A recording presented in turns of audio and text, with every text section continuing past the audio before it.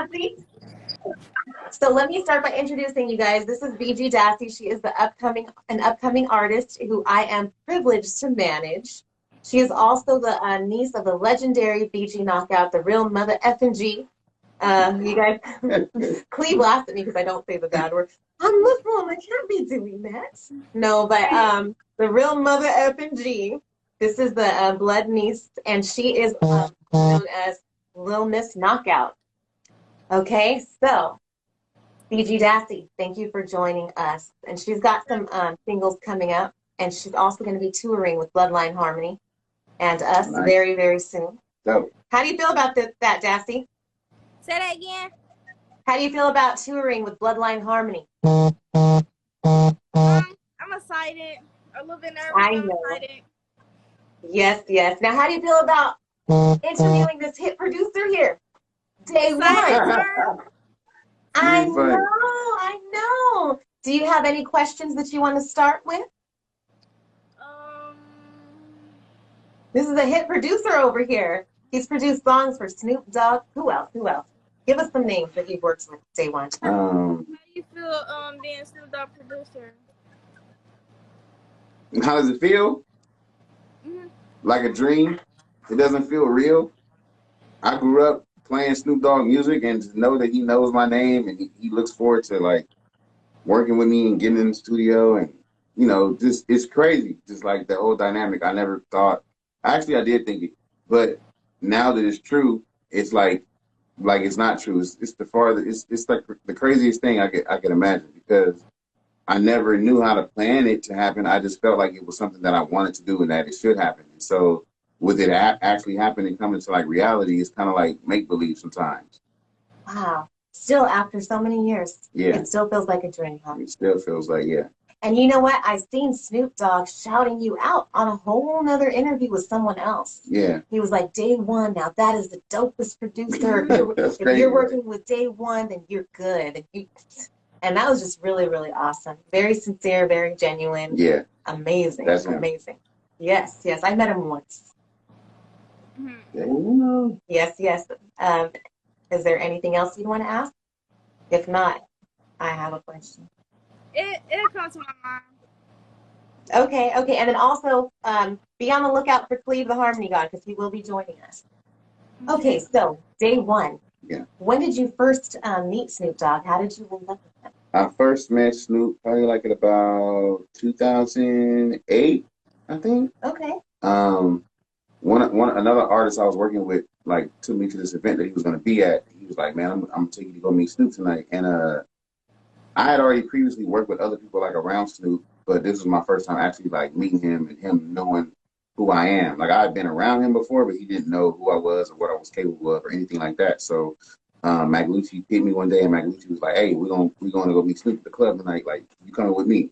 I was like, "All right." So we got to the club, and he just like took me upstairs to go meet Snoop. We walked through the VIP, and we went to go meet Snoop, and Snoop already knew who I was. He was like, "Yeah, Snoop, this is day one I was telling you about." And Snoop was like, "Man, your beats is hard as fuck, man." It was just started talking to me, and I was like, "Damn, that's crazy." Nice. Yeah. And then you guys, how did you guys wind up in the studio? The first time we wound up in the studio was I was doing a record with Butch Cassidy, and Butch Cassidy was like working on this record, and Butch was like, "Oh, I got an open verse on this." He was like, he didn't even tell me actually. He just like took the song home. We did a song, he just like took it home. Yeah. And the next time I came back to the studio, he like, "Oh, I got something I want you to hear. I want you to hear that record we did." So he played it for me, but this time Snoop was on it. Like what? Snoop started the record off and all that, and I was like, "What?" He's like, "Yeah." So Butch was the first person to get Snoop on the record with me. Butch Cassidy was like, "I'm gonna put Snoop on this record," and he actually did it and then brought it back. And that's when I was like, "Oh, that's crazy." And that's rare because a lot of times in this business, there's a lot of broken promises. Yeah. You know, a lot of broken promises. So I can imagine how that must have felt. And maybe that's why he didn't tell me at first, because he was like, "Let me make sure I get him on it first before I tell him." So he didn't tell me. He just like took it and left and then came back with it. That makes sense because a lot of times people, their intentions are pure, but the industry is very flaky. Fickle. Very fickle. Fickle. That's the better word. But yeah. So, and what year did you say that was? That was probably 2006. Wow. What a dream. Yeah. What a dream come true. Right. Man, oh man, oh man. Okay, so now recently you had just produced a song with the Snoop Dogg and Dog Pound and Oh Dad. yeah. Whoop de whoop. Yeah, whoop de whoop. Have you guys heard Whoop de whoop? Check it out. Is that available to download? It's right now? everywhere right now. Yeah, it's everywhere. They just put it out on Death Row just dropped an album called Death Row Summer, and it's on there. Nice, Yeah. nice. Is Snoop touring right now? I'm not sure. I don't think so. No, not yet. Okay, cool. And who else has worked? Oh my gosh. I've heard of, is it Kendrick Lamar? Did you say? Yeah, I've heard of Kendrick. Kendrick Lamar. Tell us about your Kendrick Lamar Please just join. collaboration. Please just join. What? Oh, Cleve. Yay. Come on, Cleve, send the request. The nephew of Busy Bone, yo. Busy Bone. Legendary. Water bottles versus demons around me all the time. She said water bottle. Water bottles and verses. He did that. So yes, his nephew is in the building, and we are all going on tour. And it is going to be a Busy Bone Presents tour, and it's called The Art of Harmony. So you guys stay tuned. You can purchase your tickets. Look at my link on my Instagram, which is Angel Lion Entertainment, or the Harmony Gods link. You can purchase tickets for this upcoming tour. Did he send the request? Let's see. Where are you at, I don't know what that is. That's these damn iPhones. We're paying all this money for this iPhone and can't get it. Oh, I got 8 cameras. This motherfucking shit. Speaker. Yo, but yeah, no, man. First of all, it's a blessing meeting you, bro. Like I said, I want to do my research on who you are in the industry. I jumped and did an interview with you, and you are trying to put that link together for so long. So, a blessing to be able to talk to you, man. So this is big for the new generation, all the way back. Right, likewise. No, I respect that. I appreciate that for sure. It's all love. Absolutely. Thank you. No, you guys. Thank you guys. Humble buds. Oh, my friends are joining there. Ooh. Yes. You know what? Also, Day One just showed me something that I think you might be interested in. You were asking him if he smokes, and he doesn't. But can I tell him that? No. It's coming soon. Okay. He's just got something coming soon that I think we can probably collaborate on in regards to that. Very, very awesome. I saw the logo and everything. Oh yeah, absolutely. Everybody's getting into that.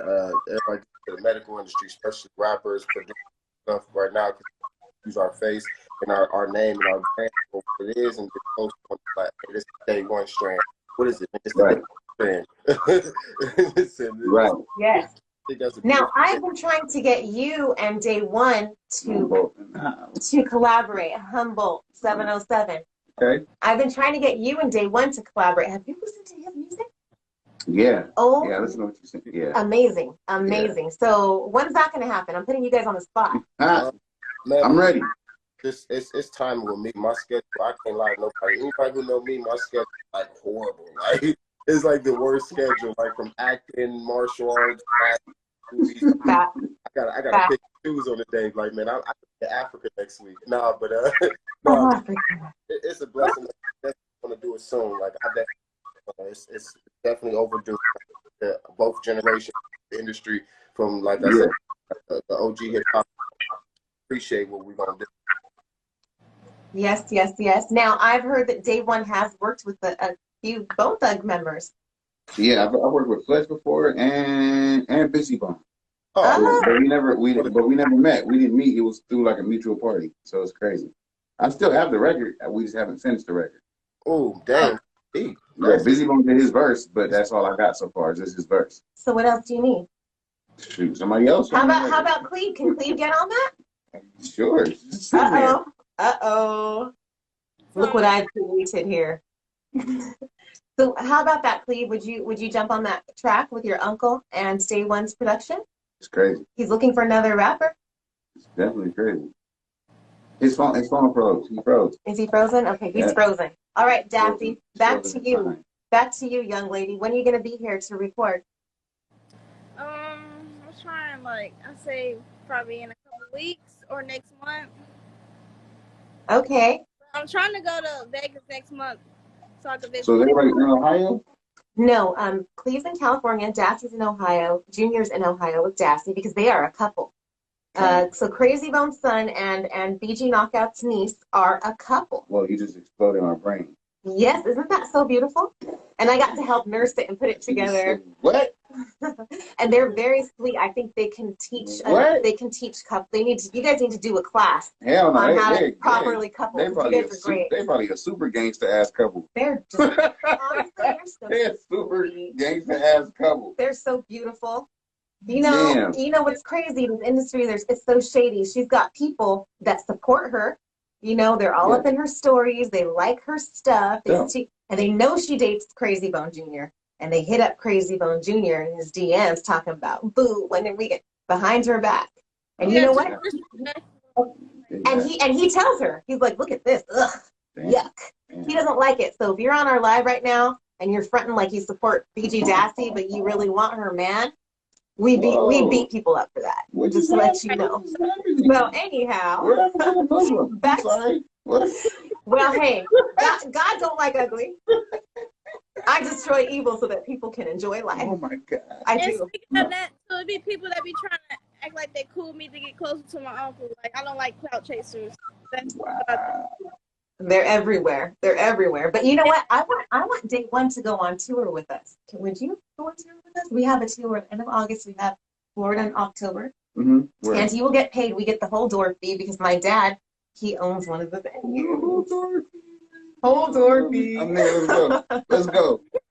We're going Tallahassee. So that's going to be Port St. Lucie, Florida. Okay. And that's going to be October 15th and October 30th for Halloween. Let's go. I'm DJing. All right. Let's go. All right.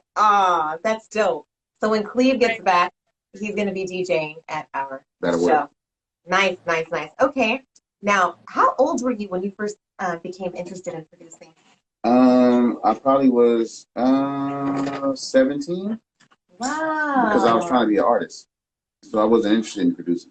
Like an artist, like rapping. Okay, like so writing you my did raps. want to rap. That was the question that I did have. Oh yeah, rapping and singing. I was rapping and singing, but I was interested in that. I was not interested in production at all. I just wanted beats. And you became a hit producer. Because I used to try to tell my producers how to make the beats I wanted to rap to, and they couldn't figure it out. But I could hear it in my head. So then one of my friends was just like, "You need to try to do it." And so I tried to do it, and I got good at it.